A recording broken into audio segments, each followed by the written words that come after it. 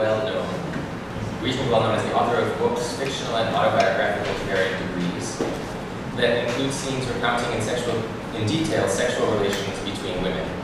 Her books also include accounts of her unrequited love for a series of gay men, including Maurice Sacks, Jean Genet, and Jacques Guérin.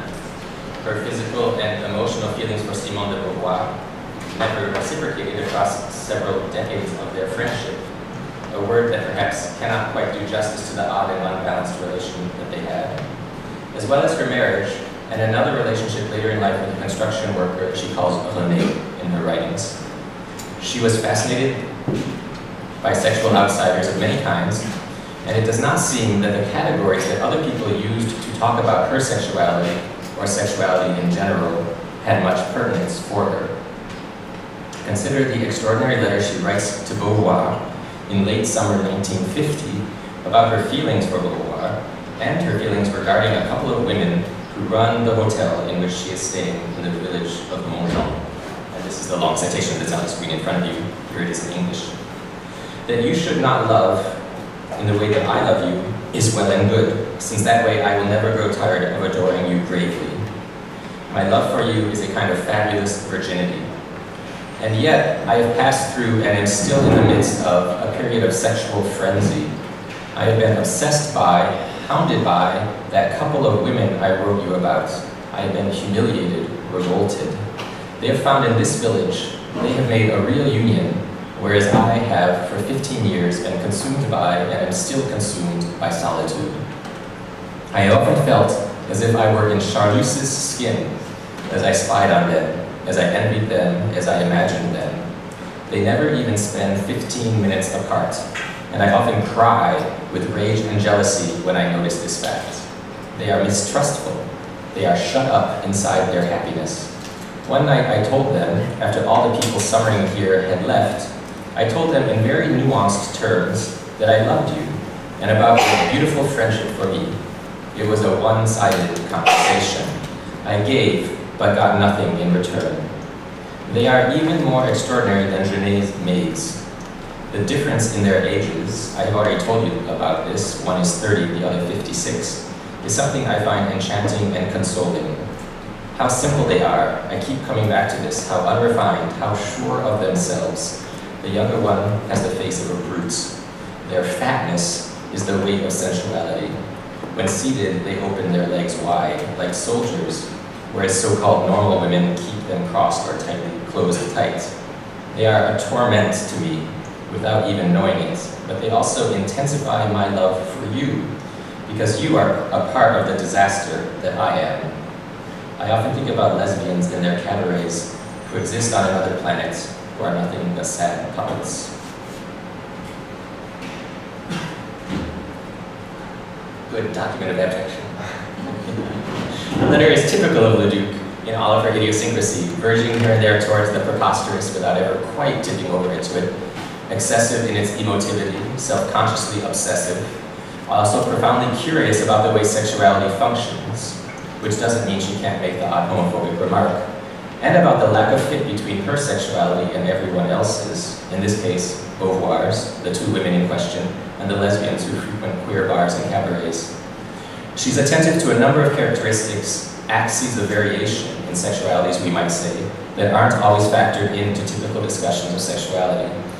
That sexualities have a class or regional component, that age difference is important in some sexualities, that girth can have a relation to gender and to sexuality, that sexualities such as her own and that of this couple apparently are sometimes best understood by representations from the world of literature, Genet's two maids, and that the representations chosen can sometimes rely on transgender forms of identification, her link to Proust's Charlus. Consider another, more condensed example of Leduc's attentiveness to what I will call the multivariable experience of sexuality. La Bâtarde recounts several outings taken by the young Leduc and her mother to see different shows while they were living under the same roof in Paris. They once went, for instance, to see the cross-dressing aerialist Barbette. As they set out on one such outing, Violette takes her mother's arm. "Don't put your arm through mine. You're such a farm boy," she said. Farm boy, the use of the masculine got to me. In one very compact utterance, Leduc's mother registers her impression of her daughter's sexuality, subtly linking together gender, object choice, and that odd mixture of regional identity, class, and race that is contained in the French concept of peasant, paysan, farm boy. It's also a generically interesting utterance because of the way that it indexes a complicated cultural framework for understanding sexuality, a framework that could only belong to someone located socially close enough to peasants to have a detailed awareness of how their social and/or sexual culture operates, but not wanting to be associated with that culture. Leduc's representations of her mother's reaction to the sexually distant forms of behavior she exhibits while growing up provide consistently interesting evidence of a point of view belonging to her mother that is neither exactly approving nor exactly disapproving, but is certainly matter of fact about such expressions of dissidence and that can be perfectly nonchalant about them. When Leduc is expelled from her girls' school because of her sexual relations with one of the teaching staff, she is sent by train to Paris, where her mother is now living. Her mother meets her at the station. I saw my mother in the first row, a brush stroke of elegance, a young girl and a young woman. Her grace, our pact, my pardon. I kissed her and she replied, "Do you like my dress?" We talked about her clothes in the taxi. My mother's metamorphosis into a Parisienne eclipsed the headmistress and sent the school spinning into limbo. Not the slightest innuendo. Giving me Paris, she gave me her tact. There is a complicity between mother and daughter, a shared choice not to take up the subject of Leduc's behavior or its consequences. We might see behind this complicity a shared set of reference points regarding sexual culture, an understanding that their points of view and that of the headmistress are not the same, a further sense that Parisian sexual culture is a bit different from what they are used to. Clearly, the sexual culture of the countryside, of villages and towns that they came from was, while not the same as what they see around them in Paris, already a rich, diverse, and conflicted one. This means that they are already in full possession of a practical understanding of sexual diversity and dissidence that allows them to communicate with and understand each other on all sorts of implicit levels. This practical understanding of sexual diversity that Leduc shares with her mother is, of course, present in her letter to Beauvoir as well. Her practical understanding tells her that her love for Beauvoir, the relationship between the two women she encounters that summer, and the sexuality of Parisian lesbians are all related and yet different. We could say, borrowing the term mobilized so influentially by Kimberly Crenshaw, that Leduc and her mother have a practical understanding of sexuality that is fundamentally intersectional. José Esteban Munoz lost Crenshaw's term in the following way. Intersectionality insists on critical hermeneutics that register the co-presence of sexuality, race, class, gender, and other identity differentials as particular components that exist simultaneously with one another.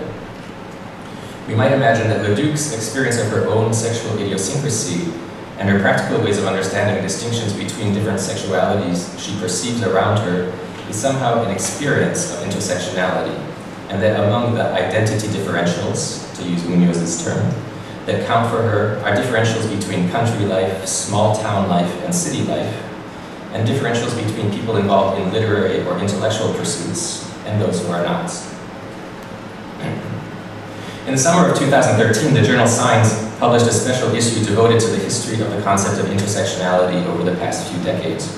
Crenshaw was one of the guest editors for that special issue, and in the introduction to it, she and her co-editors wrote, quote, "As intersectionality has traveled, questions have been raised regarding a number of issues, the utility and limitations of its various metaphors, including the road intersection, the matrix, and the interlocked vision of oppression, the additive and autonomous versus interactive and mutually constituting nature of the race, gender, class, sexuality, nation nexus, the number of categories and kinds of subjects stipulated or implied by an intersectional approach, and the static and fixed versus the dynamic and contextual orientation of intersectional research. In my understanding of the work Leduc's writing does to show how many variables are in play in her experience of sexuality, it seems most useful to focus on, quote, the interactive and mutually constituting aspect of the different variables involved, and also to be attentive to how much of her experience of sexuality is related to discrepancies between her point of view on the social field and the way sexuality operates within it, and the point of view of others around her. Traveling to mid-20th century France with that intersectional approach also necessarily involves a focus on what is dynamic and contextual in that approach, in the effort to ascertain which and how many categories seem pertinent in any given intersection. My own understanding of the interactivity and the dynamism in the relations between various socially pertinent variables in the construction of, an experience of, or a perception of sexuality has been also influenced by the work of Pierre Bourdieu, so I'm just going to talk for a brief moment about Bourdieu. One strand of Bourdieu's work has to do with how the incorporation of the social world by any given social agent involves incorporating categories that allow us to divide up that world and represent it to ourselves. Since there is, as Bourdieu frequently notes, a plurality of points of view on the same social world, both conflict and change can arise from the meeting of different and competing points of view. The strand of Bourdieu's work that I wish to call attention to here has to do specifically with his way of understanding the interaction of different socially pertinent variables within a given social field. Any given social variable, Bourdieu explains in Distinction, needs to be understood as influencing and also as being under the influence of an array of other pertinent social variables. Here is how he expresses this insight, one that led to a particular way of collecting and processing data, to the practice of modeling it geometrically.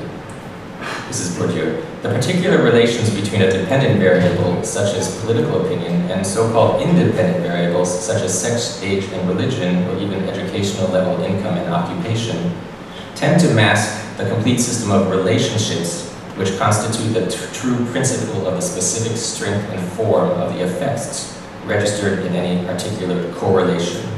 The most independent of independent variables conceals a whole network of statistical relations which are present implicitly in its relationship with any given opinion or practice.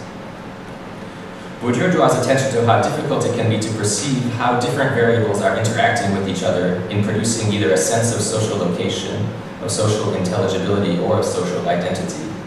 Leduc's writing, in particular, when brought into relation with Bourdieu's thought, has helped me to understand how useful it can be to think of sexuality itself, both as a variable in its own right, and as the effect of the interaction of a wide-ranging and never finalized set of other sociological variables, and how much the particularities of both the phenomenological experience of and the epistemological apprehension of sexuality are tied to, indexed to, particular locations within a given social field.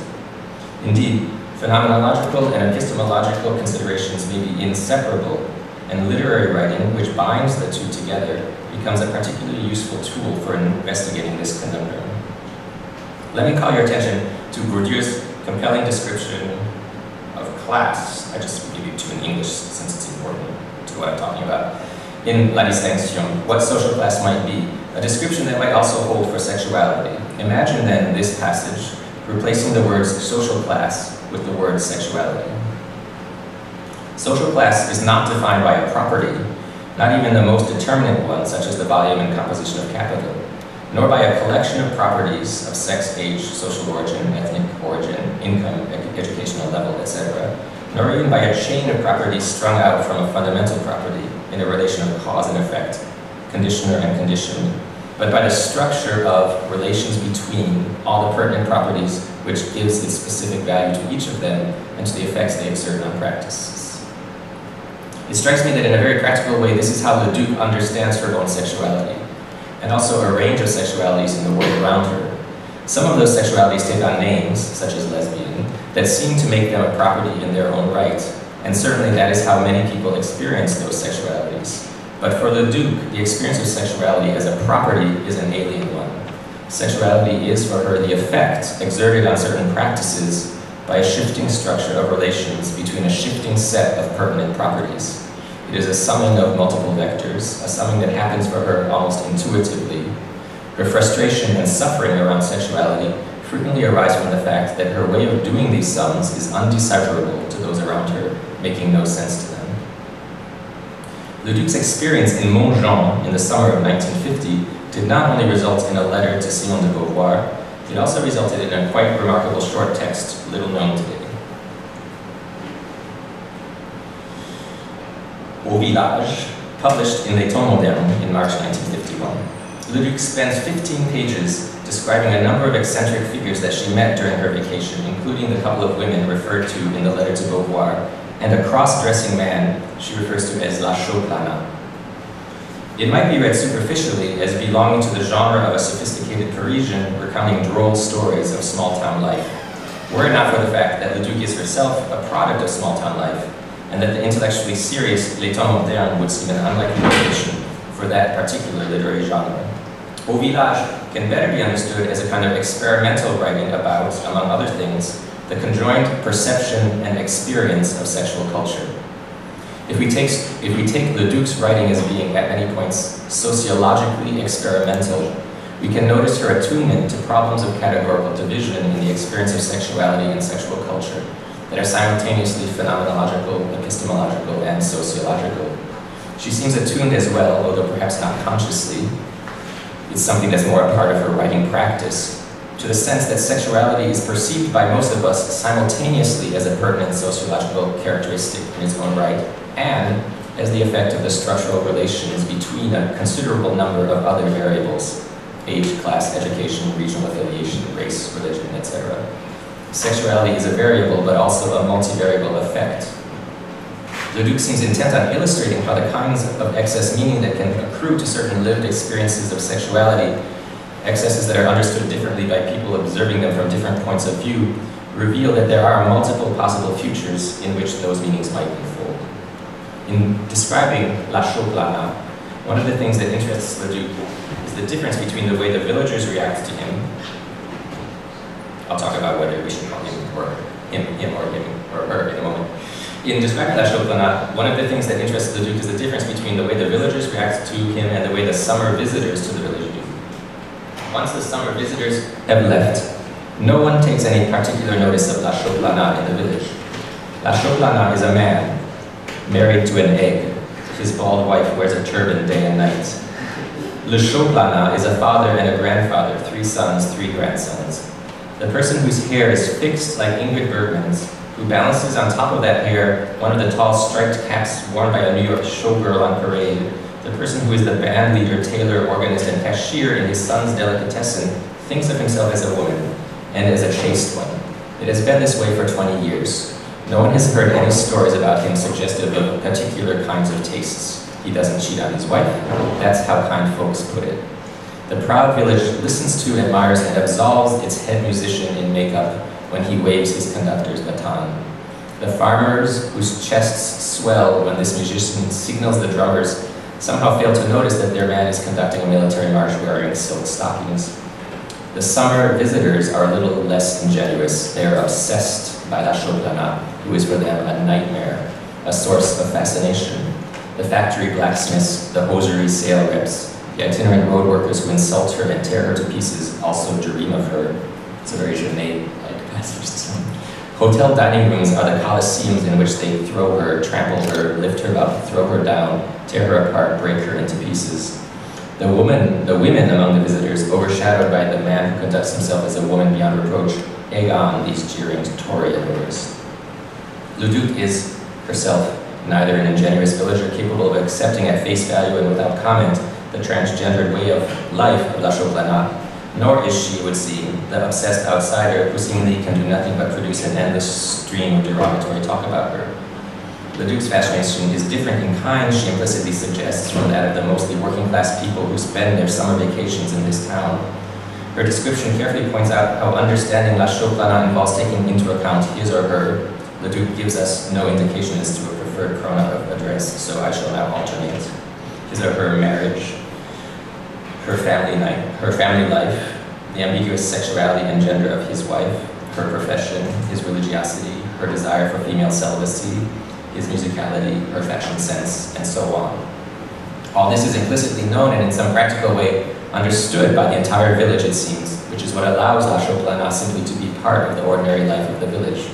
It is the possibility of and the fragility of this ordinariness that seems to fascinate Leduc. Her presentation is structured by a movement from the extraordinary to the ordinary and then back to the extraordinary before finally concluding in a more ordinary register. She begins the passage referring to La Chauplana with feminine pronouns. La Choplana aims to be the woman with the most artistic makeup, so this is the first time we read the name La Choplana in the article. The whitest lingerie, the tightest corset, the most painful shoes. She wishes to be the most noticeable, the most frequently pointed out, and the best behaved. She is the great eccentric. She is discretion itself. In short, La Choplana stands out and makes a point of doing so. It is only a few sentences later that we learn that this eccentric woman, who makes a point of simultaneously being noticed and incarnating distance and discretion, is not actually what she seems. So the sentence La Choplana est un homme, La Choplana is a man, comes a little bit later. If this seems in part a sensationalist revelation of gender nonconformity, Leduc's goal nonetheless appears to be simultaneously to sensationalize and to desensationalize the situation. The woman who dresses so as to stand out is, in fact, somehow unremarkable as regards her gender nonconformity to the village for most of the year. Notice that at this point in Leduc's account, once it has been announced that La Choplana is a man, linguistic gender switches back to the masculine for a while. La Choplana even becomes Le Choplana, briefly, as information about his background is provided. Only when the passage turns to consider the obsessive hostile discourse of the summer visitors is La Choplana once again consistently, or almost, referred to in the feminine, as she is subjected to the discursive violence of the summer visitors, male and female. Then, with the summer visitors gone, the passage gently oscillates back and forth between genders. As he sits near the window sewing, assuming the attitude of a young noblewoman from a Rune family embroidering her trousseau with her hair weeping about her, Choplana looks younger than his years. Ambition keeps you young. He is a serene sage who would be a woman and thinks no further than that. La Choplana has been forgiven because she has never sinned. She is a moving figure, a stoic. She is the legend accompanying an image from a summer vacation. If La Choplana is so exemplary, it would seem to be because of the way she can exist in the village with a gender that adjusts according to circumstance, where the use of pronouns in any utterance is indicative both of her or his gender and of the context of the utterance, of the social positioning and the intentions of the interlocutors, of their awareness or lack of awareness, of all of the pertinent sociological variables in play in the situation. The portrait of La Choplana offers a lesson about the complexity of sexuality in situation, and about the practical and somewhat subliminal calculations we are always performing in refining our perceptions of the composition of other people's sexuality in situation. This is why certain people in the village regularly rehearse the fact that even though it might seem that someone with La Choplana's profile would be the kind of person who would be off secretly seeking out sexual encounters with men, that does not, in fact, seem to be the case. And indeed, upon further consideration of all the variables in play, it comes to make some kind of sense to most people in the village that such sexual encounters are not part of what La Choplana is seeking. How am I doing for time? Honestly, I forgot to look at my watch at the beginning, so I'm not entirely sure, but thank you for asking. Let's say, how many more pages? Oh my God. No, it's all. No. Actually, it's all, a lot of it's cut. That's frightening. I'm going to finish in 3. Okay, so honestly, so this, in principle, you have 5 minutes left. Okay. And no, in fact, in actuality, you have 5 minutes left. So La Choplana is not the only portrait in this article. The portrait that follows it and that resembles it in some ways takes these insights a step further. This is the portrait of the Panther and Juno, the couple of women Leduc referred to in her letter to Beauvoir. The Panther being 26 years older than Juno, and Juno being, as it turns out, married to a farmer named Julien, who visits the couple on Sundays. We can take Leduc's portrait of the couple, like her letter to Beauvoir about them, to be part of an effort to imagine how their sexuality might be understood, what other social variables it is connected with, and how its manner of being reported to her and by her becomes part of the problem regarding what it is. I'm going to not describe the whole, that whole passage because I only have 5 minutes. But I'll just mention, for instance, one moment in the passage where the two women describe to the Duke how they spent the evening before the younger person's marriage to Julien. The day before the wedding, the Panther informed me, we ended the day, her and me, watching a boxing match. It was a crazy thing to do, 800 francs a seat. She's crazy about wrestling, she admitted. Female masculinity at its finest, we might say. This couple of women making a point of reminding Julien on the night before his marriage where he stands by their extravagant expenditure on a particular form of spectatorship. In the paragraphs following this piece of information, Leduc carefully provides a few more pertinent variables for us to factor into our sense of these women and the context in which they live out their sexuality. We learn, for instance, from the Panther's mother that the Panther had recently turned down 3 marriage proposals. We also learn how they are received in the village. At one point, Leduc asks, "What do people around here say about you?" And the women reply, "They can all just mind their own business." The mailman says hello to the 2 women as they walk down the street arm in arm, and Leduc concludes the portrait with the following moral in French: "Ceux qui s'imposent n'indisposent pas les autres." People who are sure of themselves don't bother others. All in all, the example of Juno and the Panther as given to us in Leduc's prose provides further evidence that Leduc's way of understanding sexuality and of offering that practical understanding to us conforms to the model that Bourdieu offered. Sexuality for Leduc seems to be intelligible as a structure built up of multiple properties. It is the structure of relations between all the pertinent properties which gives its specific value to each of them and to the effects they exert on practices, quoting Bourdieu again.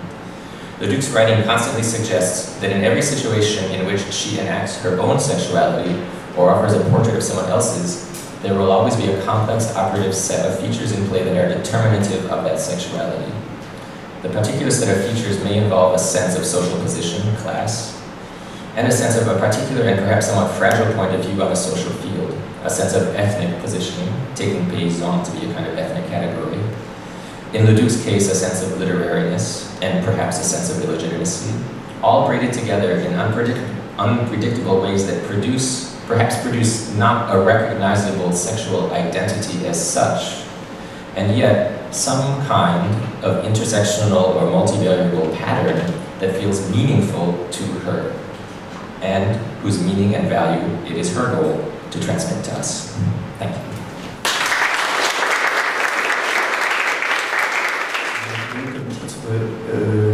La convocation, être convoqué.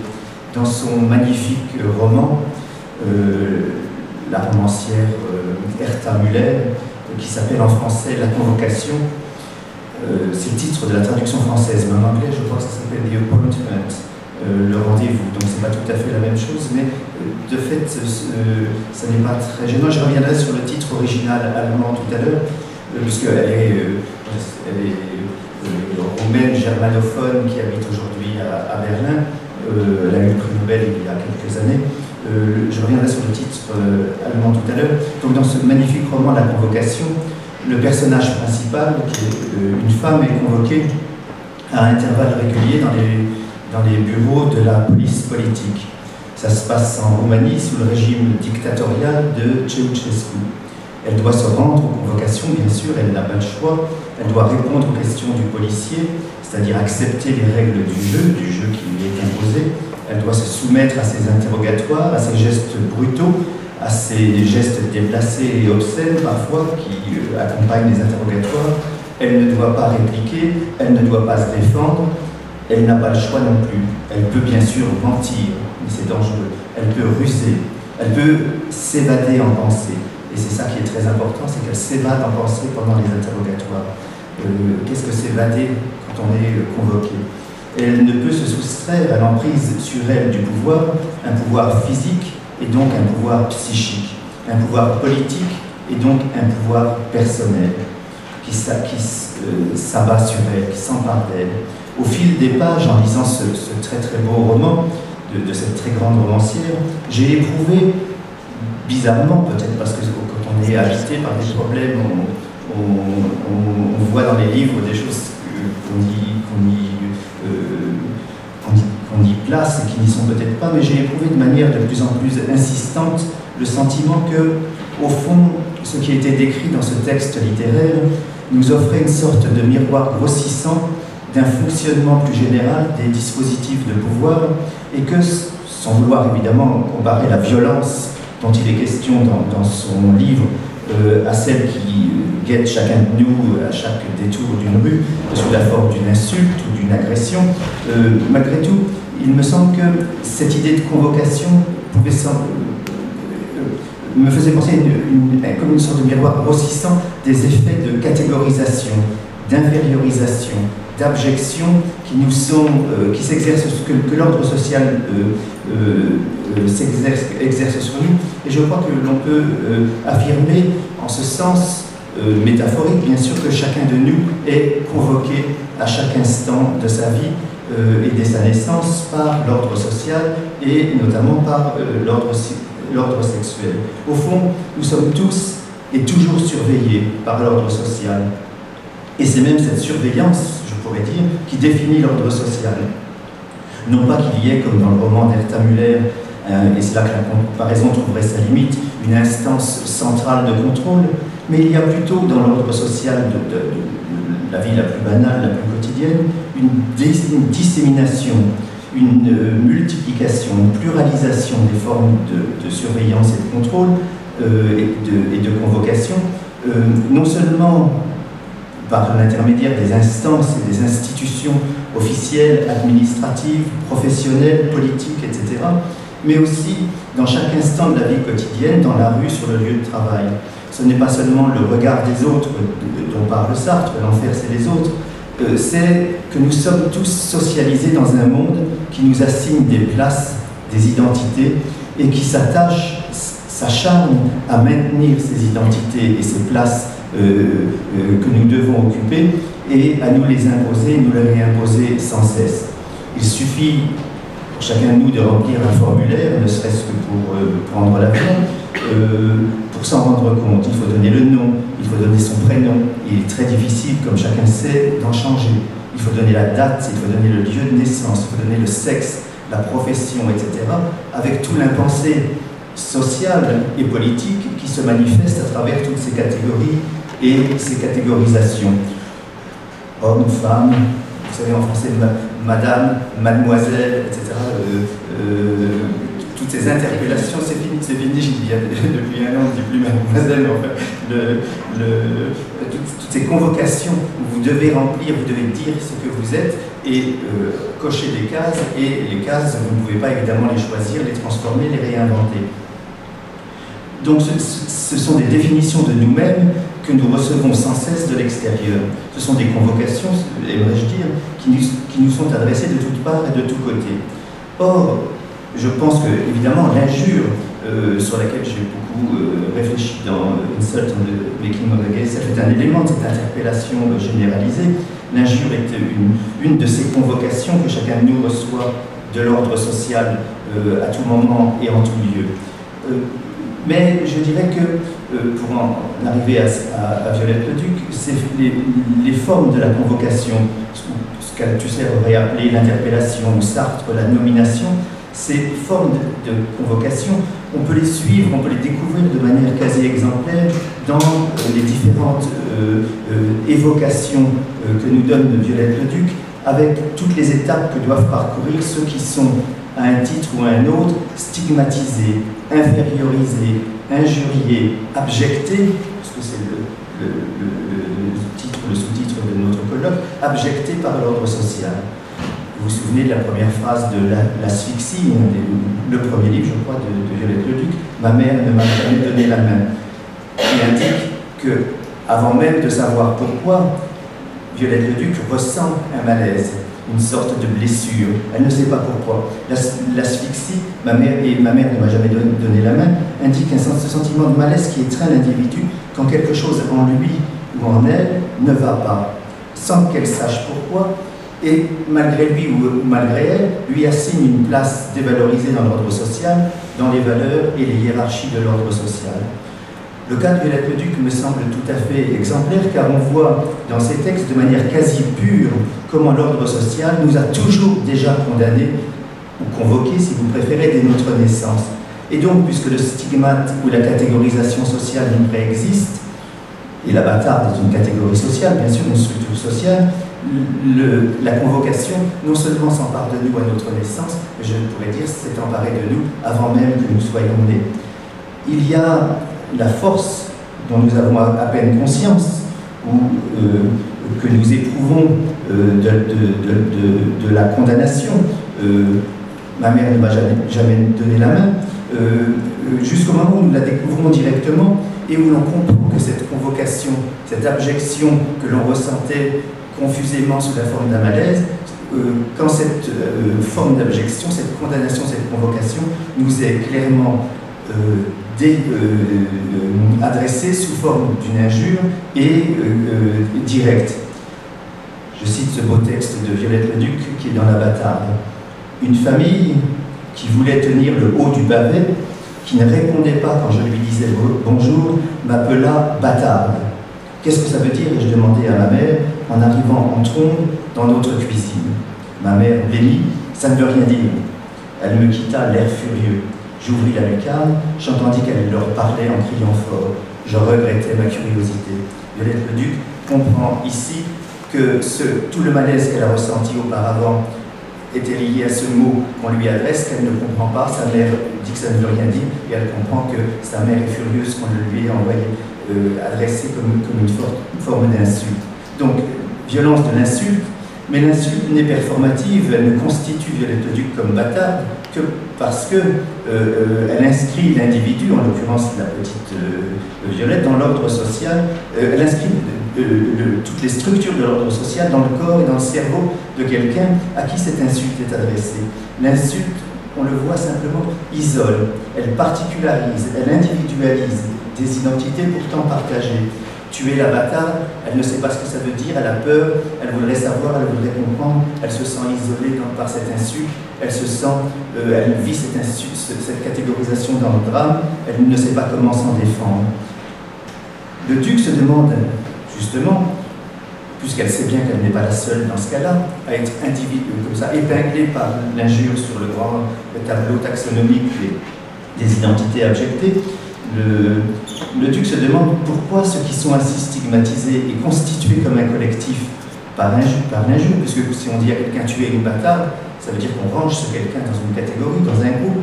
Elle se demande pourquoi ceux qui sont ainsi abjectés par l'ordre social, par cette injure, ne se constituent pas en un groupe solidaire, en une sorte de mouvement social ou politique pour se soutenir les uns les autres. Je cite, « Les bâtards sont maudits. Pourquoi ne s'entraident-ils pas ? Pourquoi se fuient-ils? Pourquoi se détestent-ils? Pourquoi ne forment-ils pas une confrérie?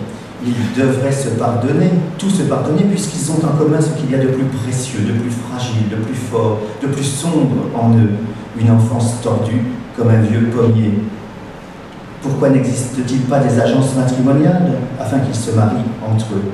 Je voudrais voir écrit en lettres de feu boulangerie pour bâtard. Alors je n'aurais plus des tringues dans le gosier lorsqu'on dit je voudrais un bâtard. Il faut préciser qu'un bâtard, pour ceux qui ne savent, c'est une forme de pain. C'est un pain long et rond. Et donc, entrer dans la boulangerie et prononcer le mot bâtard, d'un seul coup la terrifie. Et s'il y avait des boulangeries pour bâtard, on pourrait demander un bâtard sans avoir... Et on appellerait ça autrement. Un légitime. Un légitime. Un enfant. Un enfant, ça n'a pas naturel, un non naturel. Très beau texte, très belle page, et je peux en revenir au titre allemand il faut que je retrouve, parce que le titre allemand du livre de Herta Müller, qui s'appelle « Aujourd'hui, j'aurais préféré ne pas me rencontrer ». Les titres de Herta Müller sont toujours... les traductions sont plus économiques, on comprend, parce que « Aujourd'hui, j'aurais préféré ne pas me rencontrer ». Est-ce qu'il est possible, lorsque l'on est convoqué, lorsqu'on est interpellé, lorsqu'on est abjecté par tout un ordre de pouvoir et toute une structure sociale, est-ce qu'il est possible de refuser cette convocation? Sous quelle forme? Comment? C'est-à-dire, est-ce qu'il est possible de ne pas se rencontrer sous la figure, sous le visage, sous l'apparence, sous l'identité, sous la catégorie qui nous est imposée par l'autre? Aujourd'hui, j'aurais préféré ne pas me rencontrer. Mais est-ce qu'il suffit de préférer ne pas se rencontrer pour ne pas se rencontrer? Et est-ce qu'on peut ne pas se rencontrer? Est-il précisément possible de ne pas se rencontrer, de ne pas être ce que le monde social a fait de nous, de refuser, et est-il possible de refuser de nous reconnaître dans ces personnages, ces rôles, ces habitus gravés en nous, et dans ces identités que nous habitons et devons habiter? Une chose est sûre, c'est qu'on est bâtard, on ne le devient pas. One is born a bastard, one does not become one. On est bâtard, on ne le devient pas. C'est une catégorie qui s'empare d'un enfant dès sa naissance, parce que c'est une catégorie qui préexiste à la naissance de tel ou tel enfant. La bâtarde n'est pas seulement une catégorie, c'est tout l'ordre social, tout l'ordre sexuel qui est condensé dans un mot, qui est plus qu'un mot, c'est une insulte, qui est plus qu'une insulte, c'est un verdict social qui assigne une place infériorisée, stigmatisée à quelqu'un. Le mot blesse, mais si le mot blesse, c'est parce qu'il est blessant, et s'il est blessant, c'est parce qu'il désigne quelque chose. On dit à quelqu'un tu es ce qu'il ne faut pas être. Mais beaucoup de gens sont ce qu'il ne faut pas être. Et quel est cet ordre social précisément qui dit à des gens il ne faut pas être ceci, tu l'es donc tu es insulté. Comment faire pour ne pas se rencontrer? Comment faire pour ne pas se rencontrer quand on est né précisément qu'avant même la naissance, la catégorie s'est emparée de vous? Je cite un beau texte, une belle phrase de Leduc. Je suis né brisé. Je suis le malheur d'une autre, une bâtarde quoi. Donc, elle est le malheur de sa mère la déteste parce que, comment dire, elle est encombrée d'une enfant qu'elle n'a pas voulu. Donc cet enfant est né brisé, elle est le malheur d'une autre, elle est une bâtarde. Mais elle dit bien, je suis né brisé. Elle n'a pas été brisée, la catégorie l'a brisée au moment où elle vient au monde. Et sans pouvoir s'expliquer pourquoi. Et à son mari, son amant, Gabriel, dans la bâtarde, la fin de la bâtarde, Gabriel lui dit « J'espérais que tu dirais merde au monde, je me suis trompé. » Et Violette, le duc, répond « Ce n'est pas ma faute, on m'a fermé le bec alors que je n'étais pas né. » Elle est réduite au silence avant même d'être née. Et comment parler quand on est, si on a été réduite au silence avant la naissance? C'est un gros problème. Et ces belles et ces émouvantes phrases nous montrent un cas exemplaire de ce que j'ai appelé les verdicts sociaux. Ce sont des sentences qui s'abattent sur nous dès la naissance.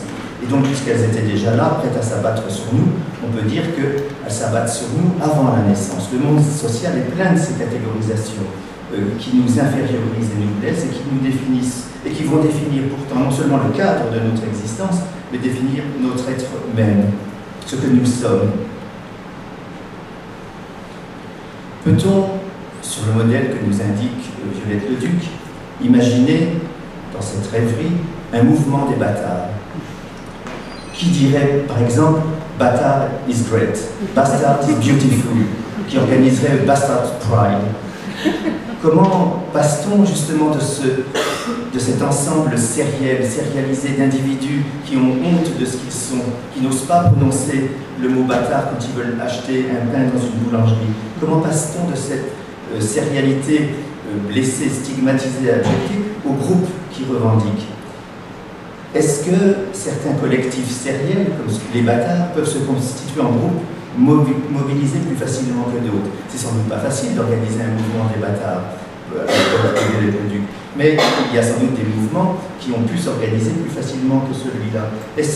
À quelles conditions un collectif insulté peut-il devenir un mouvement social, un mouvement de revendication?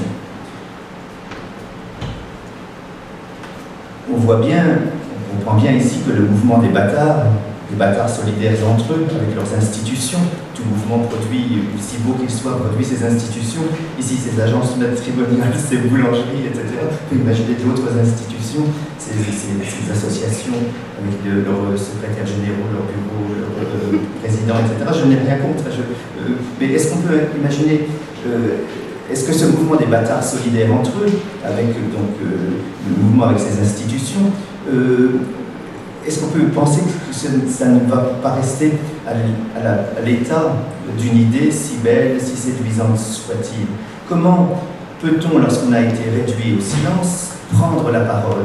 À quelles conditions? Sous quelle forme? Et si Violette Leduc prend la parole avec d'autres bâtards, ne va-t-elle pas contribuer à perpétuer cette catégorie qui l'opprime, la bâtardise? Être bâtard, si je dis je suis bâtard et je crée le mouvement des bâtards, l'agence matrimoniale des bâtards, elle s'enferme dans sa catégorie, la bâtarde, et donc de ce mouvement nécessaire d'une solidarité, comment passe-t-on à la transformation sociale? quel pas et quel chemin nous faut-il accomplir pour dissoudre la catégorie stigmatisante et abjectante dès lors qu'on doit se constituer en un mouvement solidaire des bâtards pour pouvoir revendiquer ce qu'on est et sortir du silence qui nous a été imposé. Simone de Beauvoir, au début du deuxième sexe, se pose très exactement la même question. Quand elle s'interroge sur la raison pour laquelle, dit-elle, pourquoi est-ce qu'il n'y a pas un mouvement des femmes, comme il y a un mouvement ouvrier, comme il y a un mouvement noir aux États-Unis. Ce sont les exemples qu'elle donne. Elle voudrait que les femmes, quelles que soient leurs autres appartenances, qu'elles soient femmes d'ouvriers, dit-elle, qu'elles soient femmes noires mariées à un noir, un homme noir, elle voudrait que ces femmes, quelles que soient leurs autres appartenances, se réunissent en un mouvement de femmes qui donc proposerait un autre découpage du monde social. Ce serait plus en fonction de la classe, les bourgeois et les ouvriers, les blancs et les noirs, mais qui seraient les hommes et les femmes. Pourquoi les femmes restent-elles, pose-t-elle la question, soumises et complices de cette soumission en ne s'organisant pas en un mouvement et en préférant pour les femmes ouvrières être solidaires de leurs compagnons, de leurs frères, etc., masculins et ouvriers, en se pensant comme appartenant à la classe ouvrière plutôt qu'à une classe des femmes, ou bien dans le mouvement noir américain, pourquoi est-ce que les femmes noires sont solidaires des hommes noirs plutôt que des femmes blanches en pensant le mouvement avec un autre découpage, non plus la race, mais le sexe ou le genre. Les questions que Michael vient de poser justement sur les variables. Et il me semble en effet que Michael l'a évoqué en quelques instants, la notion d'intersection qui est très... Ici on voit bien, on peut se poser, on peut dire ça intersecte, mais est-ce que la notion d'intersection peut rendre compte de ces questions qui sont celles que pose le texte de Le Duc? Puisque, après tout, quand Beauvoir se pose cette question, nous avons aussitôt, puisque nous sommes Beauvoir, Le Duc, Wittig, nous sommes aussitôt confrontés au texte de Monique Wittig, qui, elle, ne veut pas d'une catégorisation. Elle veut refuser the mark of gender, the mark of categories. Pas de woman is wonderful, pas de woman's pride, pas de etc., etc. Elle ne veut pas de ça. Elle le dit explicitement dans le texte qui s'appelle The Category of Sex et dans celui qui s'appelle The Straight Mind. Très précisément, ce qu'elle met en question, ce sont les catégories.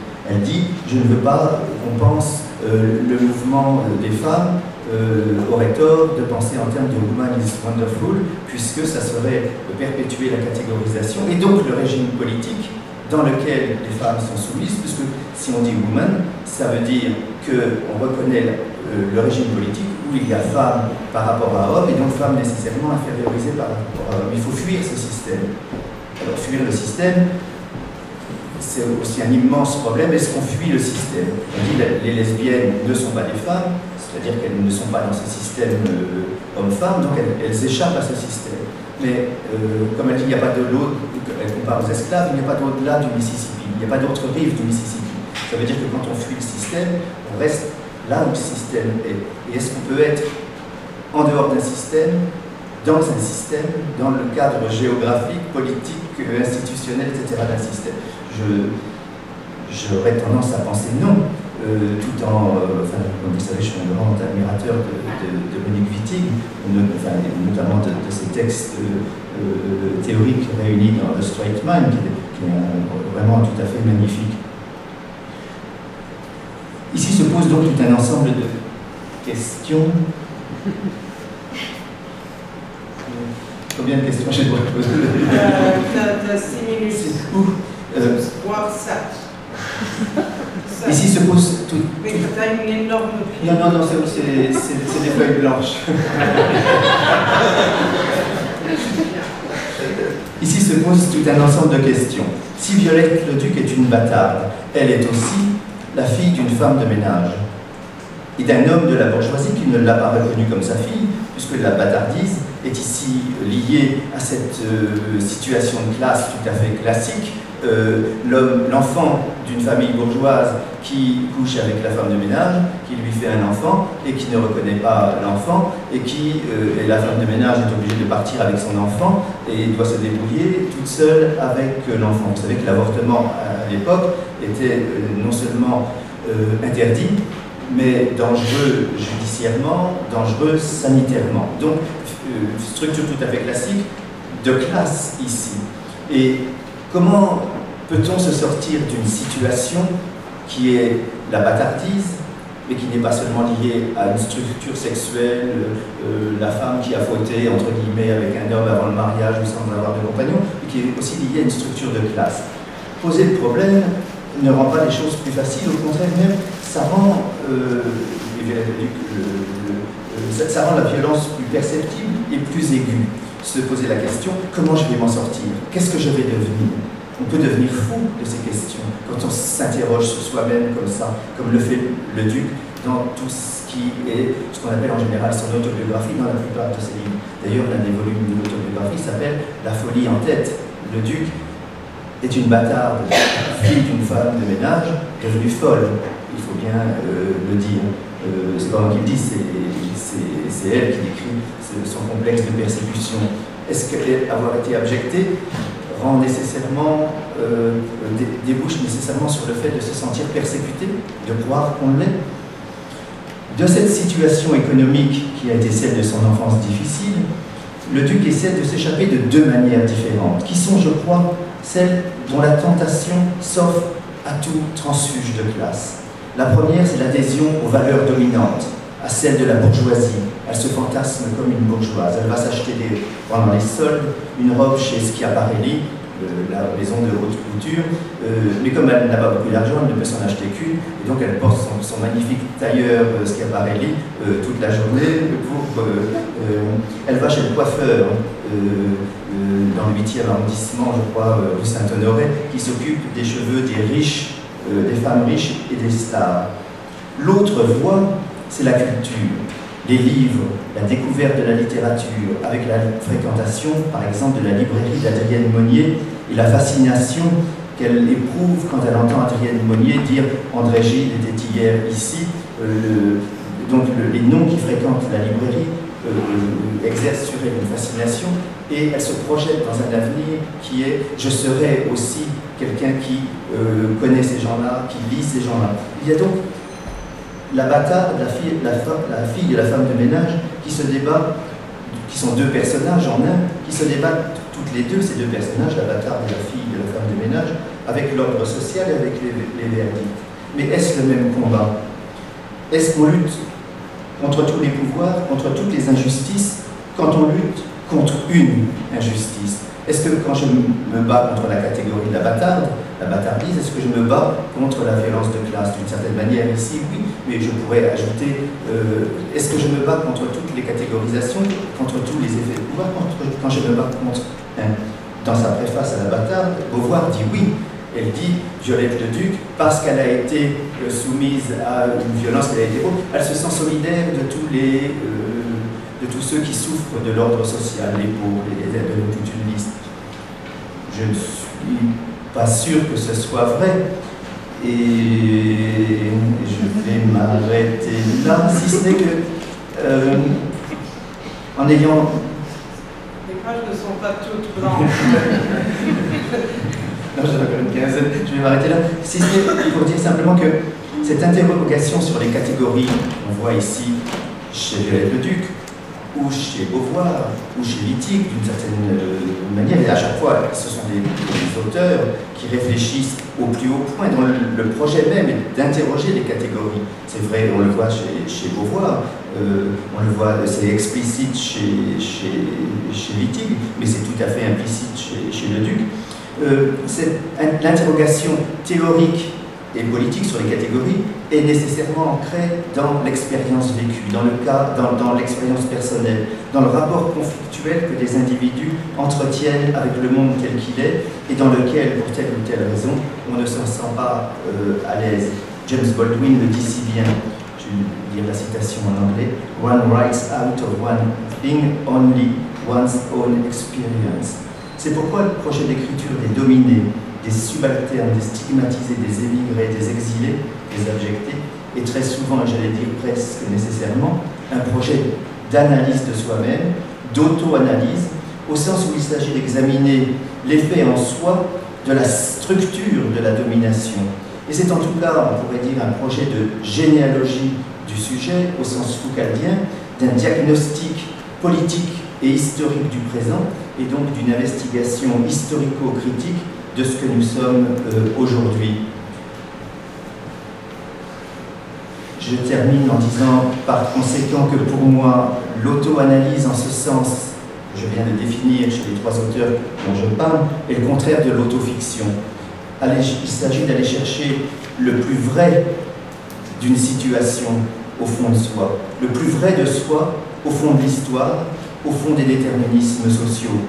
L'auto-analyse comme exploration en soi des structures de la domination, c'est-à-dire la vie historique et politique du pouvoir.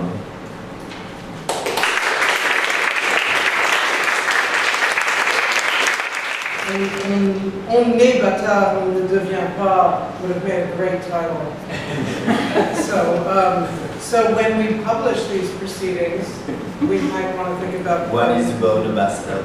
When he is born a bastard, yeah, that's a great title. And so, I mean, no, soit on n'est bâtard, on ne devient pas, and the auto-analyse, as you just define it as the opposite of autofiction, is also an extremely interesting observation that I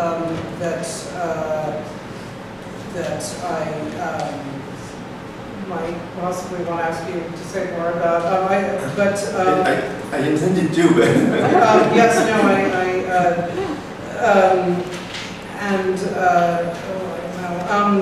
so, Michael, I also have a whole bunch of questions for you, but maybe actually, rather than listening to you later on, Lynn Hoffer has a question.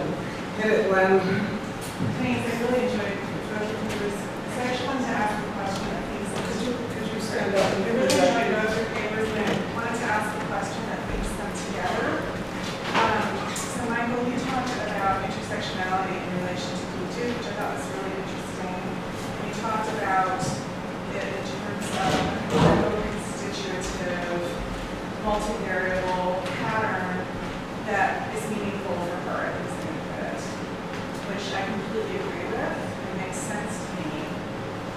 But I also think, so I want to contrast that with what Didier talked about, which is more this focus on je suis né brisé. There's a kind of rupture or brokenness at the heart of her identity that to me seems different.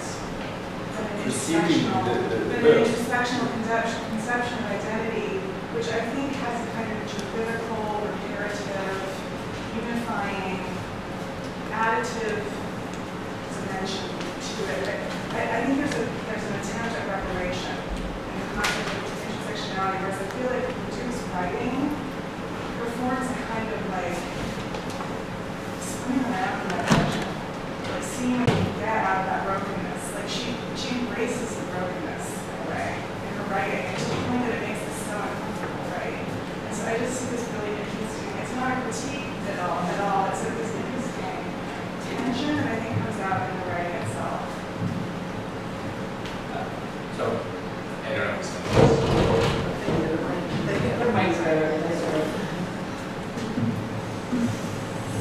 So I think it's interesting. I think you're right that if you were to do the genealogy of the concept of intersectionality, then it comes from a legal context and it has to do with how to do forms of how to create legal situations in which certain forms of reparation are possible. But then, as they talk about in that special issue of Signs, it's gone. The concept is gone in all of these interesting directions. And so when I went really quickly, but when you switch to the way it's taken up in queer color critique, for instance, then it's actually doing a different kind of work, and it's more about revealing fractures, right?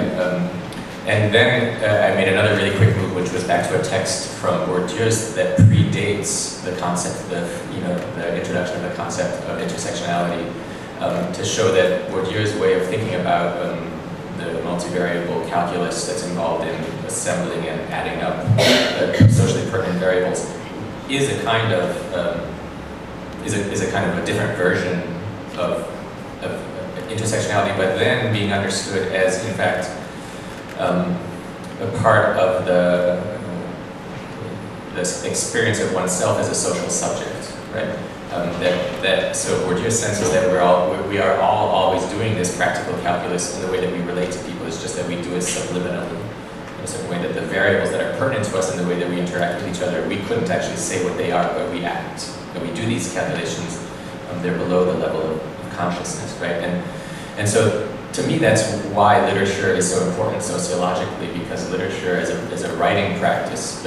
Certain people use literature as a writing practice, and Leduc in particular uses literature as a writing practice. And this is what Didier was talking about in Autoanalyse as not being fictional, right? Because it's a writing practice that is about working with the experience of the categories that language uses and the ways that we operate within them, often subliminally, right? So she somehow manages to bring up almost to the level of explicitness all of the different complicated things that probably if we needed to understand the relationships between, I mean, we wouldn't want to like understand explicitly all of the relationships between other variables that make us into the sexual subjects that we are. We wouldn't be very comfortable knowing all of the other kinds of work that our sexuality is doing for us, right? And that's, in fact, what is about Leduc that's so uncomfortable is that she's kind of like, oh, yeah, that's kind of, yeah, people do that in their sexuality, and people achieve those kind of sociological aims through their sexuality without ever having to notice that they're doing it, but she makes us notice, right? So that was just the way I was going with that concept. La notion d'intersection et intersectionnalité, on peut dire que ça serait pas exactement la même chose. Mais si on prend la préface de Simone de Beauvoir que j'ai évoquée, où elle se pose la question, pourquoi est-ce que les femmes ouvrières sont solidaires des hommes ouvriers au lieu d'être solidaires des autres femmes? Pourquoi est-ce que les femmes noires sont solidaires des hommes noirs au lieu de constituer avec toutes les autres femmes un mouvement des femmes? On pourrait dire, utilisons la catégorie d'intersection pour penser les femmes ouvrières, noires, mais alors évidemment, ça laisserait beaucoup de gens en dehors. On voit que le mouvement des femmes se réduirait à celles qui correspondent à des points d'intersection qu'il faudrait multiplier. Et il me semble que autant on peut poser toutes les questions, comme le faisait dans son premier grand article Kimberly Crenshaw, Mapping the Margins, qui portait précisément, c'est une juriste Crenshaw qui portait sur la situation des femmes noires précaires qui se retrouvent à la rue parce qu'elles ont quitté leur mari, leur compagnon qui les frappe, qui ne trouvent pas refuge. Donc se trouver, le mouvement antiraciste ne tient pas compte du fait qu'elles sont des femmes. Il ne faut pas parler de ça parce que ça donne une mauvaise image du mouvement noir, de la communauté noire. Et les femmes disent « Ah mais c'est une femme, elle est battue, elle ne tient pas compte de sa situation de femme noire et des spécificités de la vie de la communauté noire d'où elle vient. » Donc Kimberly Crenshaw posait toutes ces questions, qui étaient des questions illuminantes, enfin, qui posaient des vrais problèmes. Reste que, est-ce que chaque mouvement n'a pas nécessairement sa propre définition, délimitation, sa propre temporalité? Est-ce qu'on peut dire, avec la notion d'intersection, est-ce qu'on peut dissoudre avec la notion d'intersection l'idée d'un mouvement ouvrier, l'idée d'un mouvement noir, l'idée d'un mouvement des femmes? Et par conséquent, si la question de Simone de Beauvoir se heurte tout de suite à on ne voit pas pourquoi une femme ouvrière serait solidaire d'une femme bourgeoise plutôt que des hommes ouvriers avec lesquels elle travaille, donc on peut objecter ça à Beauvoir, il reste néanmoins qu'un mouvement des femmes, tout le monde le sait ici, a existé, notamment grâce à Beauvoir, et a été très important, donc il l'est toujours, et par conséquent, la notion d'intersection à la fois pose des problèmes, mais masque aussi l'idée des spécificités des mouvements et des temporalités.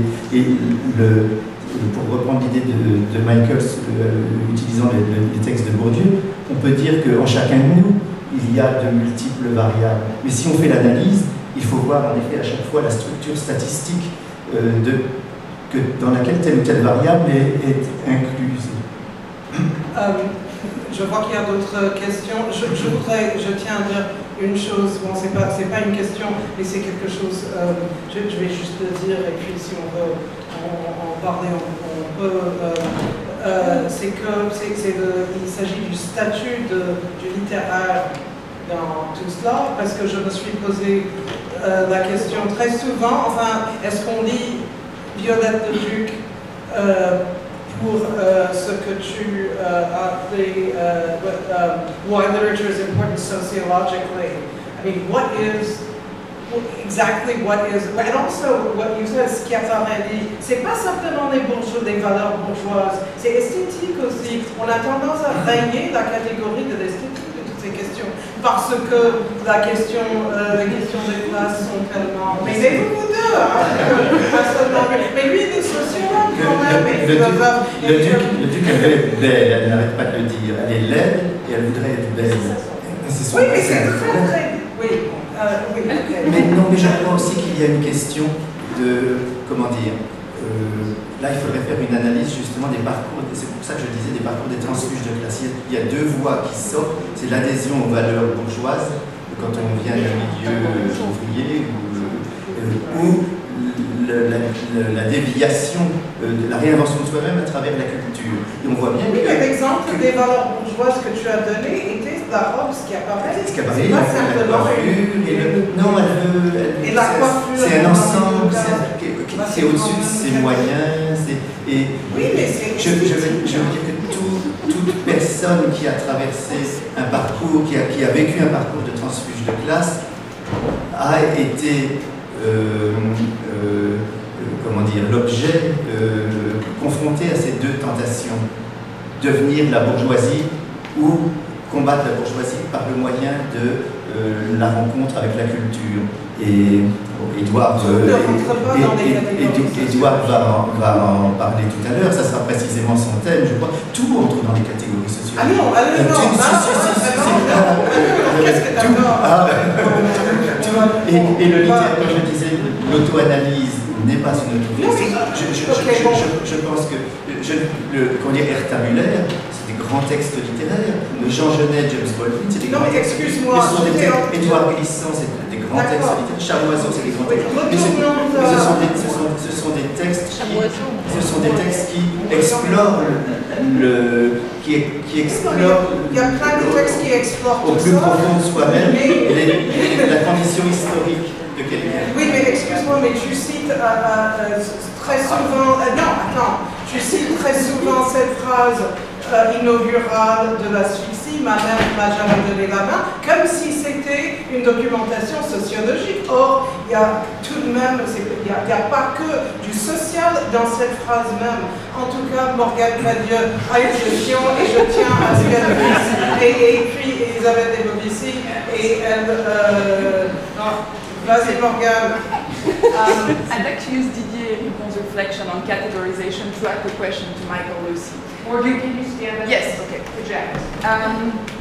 You were mentioning different types of categorization, like le masculin, female masculinity, and cross-dressing in your talk.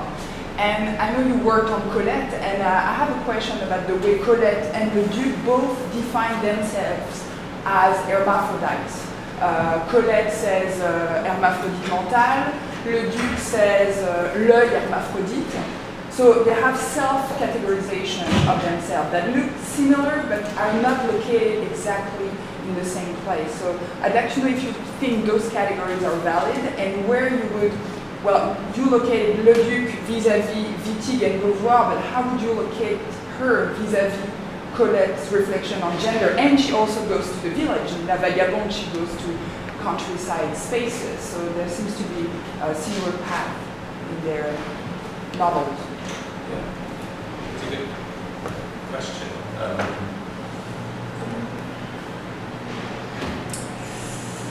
I wonder if I started by answering Elizabeth's question, if I could get there, because what I would say in answer to Elizabeth's question is that the aesthetic component of the writing is the precondition of it having any sociological value, right?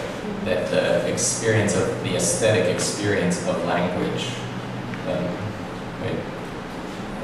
The ability to, I mean, I would say that even the ability to experience something as an insult requires an aesthetic experience, like a sensory experience of language, right? And so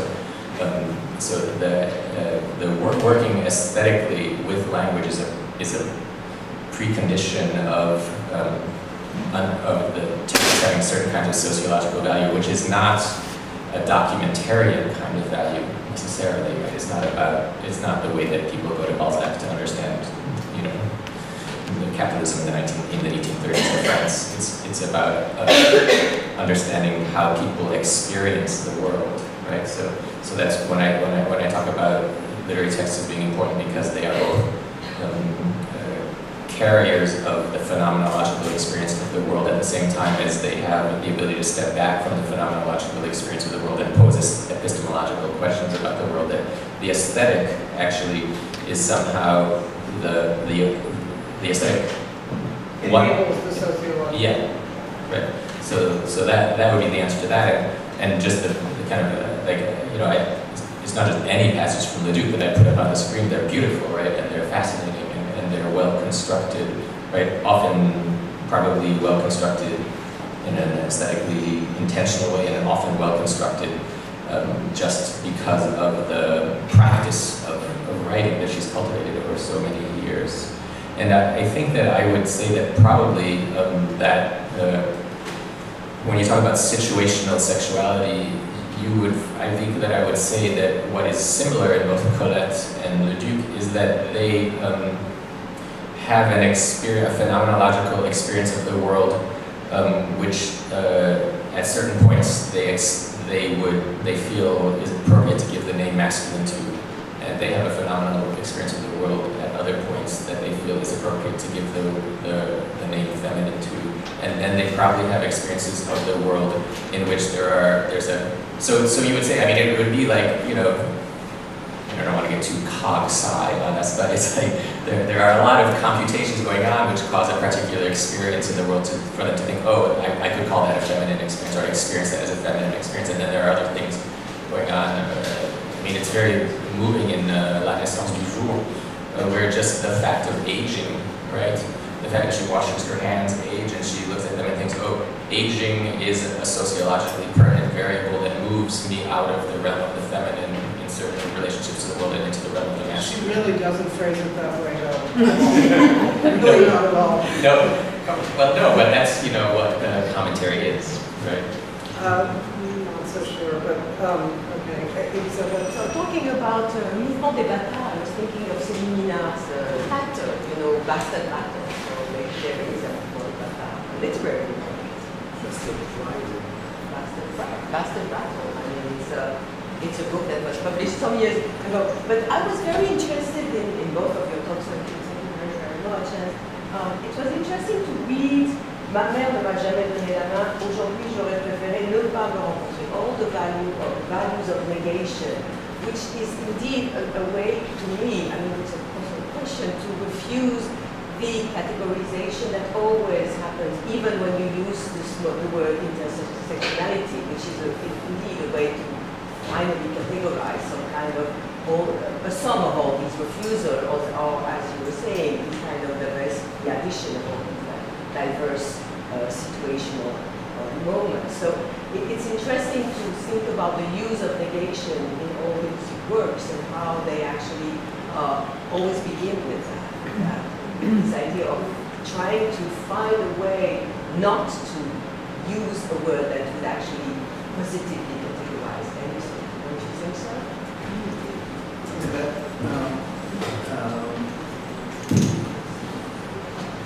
Try not to be categorized, but obsessively try not to be, means that you are categorized, and to fight toute votre vie against the categorization. And I'm very struck by Monique Wittig's reflection on what is to write literature. It is to use the language as a political weapon. And she praised Nathalie Sarraute, for example. It's again a negation. La lesbienne n'est pas une femme. On ne n'est pas femme. Il y a vraiment cette... Yeah. But negation and negation and negation. and means that you have to reaffirm the negations.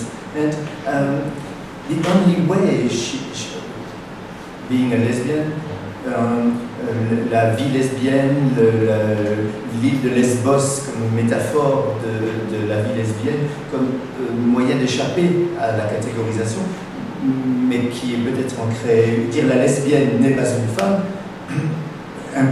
introduit une catégorie qui est la lesbienne. Je ne lui...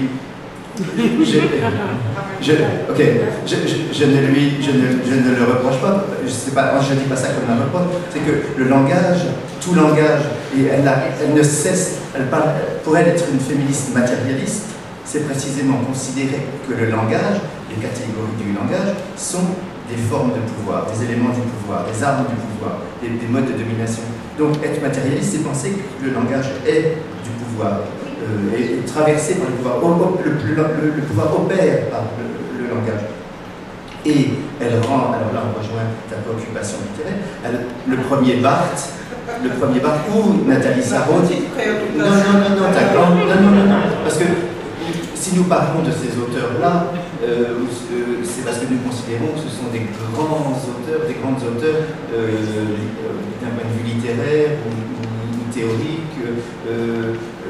Donc ça va de soi que le Duc c'est une écriture magnifique. Non, mais ça va pas bon, en tout cas, on a... Attends, sur Nathalie Sarraute, la manière dont le Duc, dont Monique Wittig dit il faut remercier, nous sommes redevables au nouveau roman d'avoir travaillé dans la littérature sur le langage, sur qu'est-ce que c'est que le langage, et notamment à Nathalie Sarraute d'avoir montré tout ce qui passe dans le langage. Et moi, ça aurait été bien que tu sois là hier, parce qu'on a parlé de tout cela, justement. Je sens comme un reproche. Une deuxième question qui était justement en parlant de... Plus fort. Hier, on a parlé de toute la question de qu'est-ce que c'est le rapport des mémoires et de la construction de l'histoire. Et une question de quel rapport entre la production de textes, on pourrait dire privés, enfin textes sur le privé à l'usage public, de réécriture de l'histoire, etc. Et donc je voulais poser une question à Didier, dans cette question de cette auto-analyse dont tu parles, cette forme d'analyse dont tu as souvent parlé d'ailleurs, quel rapport avec l'écriture de l'histoire? Comment envisager donc cette collectivité d'un mouvement dont tu parlais aussi, d'une pluralité d'un mouvement et finalement d'une histoire? Je dirais que pour moi, l'auto-analyse de Beauvoir, elle est plus dans le deuxième sexe que dans ses mémoires. Ses mémoires, elle raconte sa vie. J'ai dit suffisamment dans de multiples occasions combien j'admirais, combien les mémoires de Beauvoir ont été importants pour moi. Je précise ça. L'auto-analyse, elle est dans le deuxième sexe. Il y a tout un chapitre qui s'appelle Histoire, il y a un chapitre, le mythe de la femme, etc. Elle explore l'histoire, je dirais par exemple, l'histoire de la folie de Michel Foucault ou la distinction de Pierre Bourdieu sont des grands livres d'auto-analyse. Parce qu'il s'agit pour quelqu'un d'explorer des structures sociales, les structures du pouvoir, les structures qui produisent des identités, des catégories, des assignations. Donc, ces livres sont des auto-analyses. Et je dirais The Straight Mind de Monique Wittig est un grand livre d'auto-analyse, puisqu'elle n'arrête pas de dire il faut défaire le contrat hétérosexuel, c'est défaire aussi le contrat psychanalytique et notamment le contrat lacanien, le contrat anthropologique, le contrat lévi-straussien, qui sont des catégorisations qui légitiment l'ordre tel qu'il est, notamment l'oppression des femmes. Par conséquent, The Straight Mind, c'est un travail sur les catégories dans lesquelles elle se sent enfermée, dont elle veut se défaire, comme Violette le dit, défaire les catégories. Excuse-moi de t'interrompre, mais encore une fois, c'eût été bien que tu fusses là hier, puisque nous avons abondamment parlé de Wittig et de Beauvoir et du statut de l'écriture de soi. Je n'ai droit de parler que de Le Duc. Non, mais ces débats, on a déjà parlé de ça en ton absence. Et bon, de toute façon, on a dépassé... J'aimerais quand même quelque chose, J'aimerais quand même dire quelque chose parce que je trouve qu'effectivement, dans tout ce qu'on dit, Violette Beauvoir et Wittig est exactement tout le contraire. C'est-à-dire, pour moi, on pose le problème, et quand on arrive avec Wittig, effectivement, dit oui, il y a une solution. Oui, on peut refuser. Oui, on peut effectivement agir sur le social. Alors, ce que je veux dire, c'est que d'abord, quand Wittig parlait, elle n'a jamais parlé de la lesbienne, et ça, c'est quelque chose, effectivement, que le queer theory a repris avec Butler.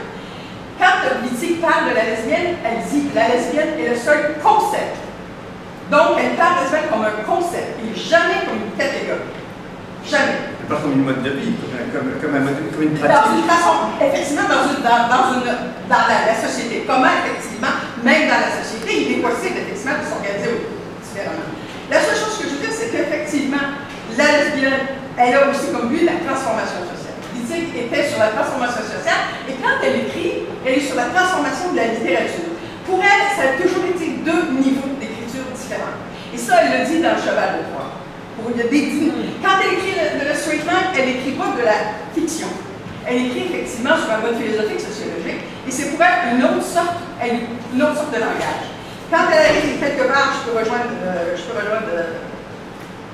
c'est que quand elle dit qu'effectivement, si on prend Virginie Non, quand elle parle, Virginie Non est sur l'histoire d'une lesbienne, voilà. C'est politique, Virginie Non. C'est politique, mais sauf que, c'est aussi un grand texte littéraire. Et ce que Wittig disait, elle s'est toujours posé la question, à dire, si mes sujets avaient été différents, est-ce qu'on aurait beaucoup plus parlé, effectivement, de mon travail sur la littérature et sur le langage? Et je pense que oui, effectivement, il y a un point de vue sur la fiction, c'est le fictionnel. Merci. Michael, tu avais un mot à dire et puis on va Well, it was just something that came up that I didn't respond to, but the notion of the village, right? That was the title of the text of Leduc's that I was talking about, and it reminded me of what I found so beautiful about Sandy's talk yesterday, because so you know, Leduc grew up in a village, so she knew that they were horrible places, and yet when she writes a text about Au Village, it's as if it's a utopian space, right? And to the south and one of them the north. Actually, no. Montjean, this text, I don't know. It's not that far from Paris. I don't think Montjean that she's talking about.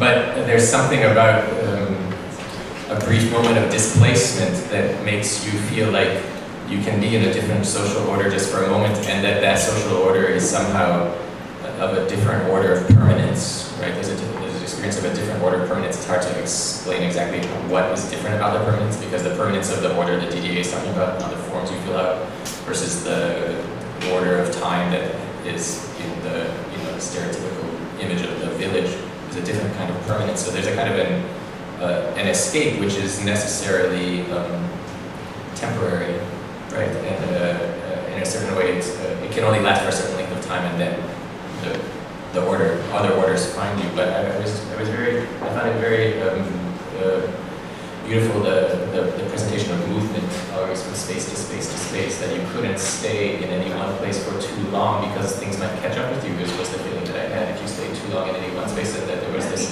way of needing to be moving all of the time as a way of somehow always trying to be in front of or behind something that if you stayed too long in one place would kind of reassert itself. And Leduc's a very different kind of person from Wittig, but one feels that kind of same sense of, or the relief of displacement, the understanding that it's an illusory relief, but the real sense that there is a kind of a relief. We're going to close this.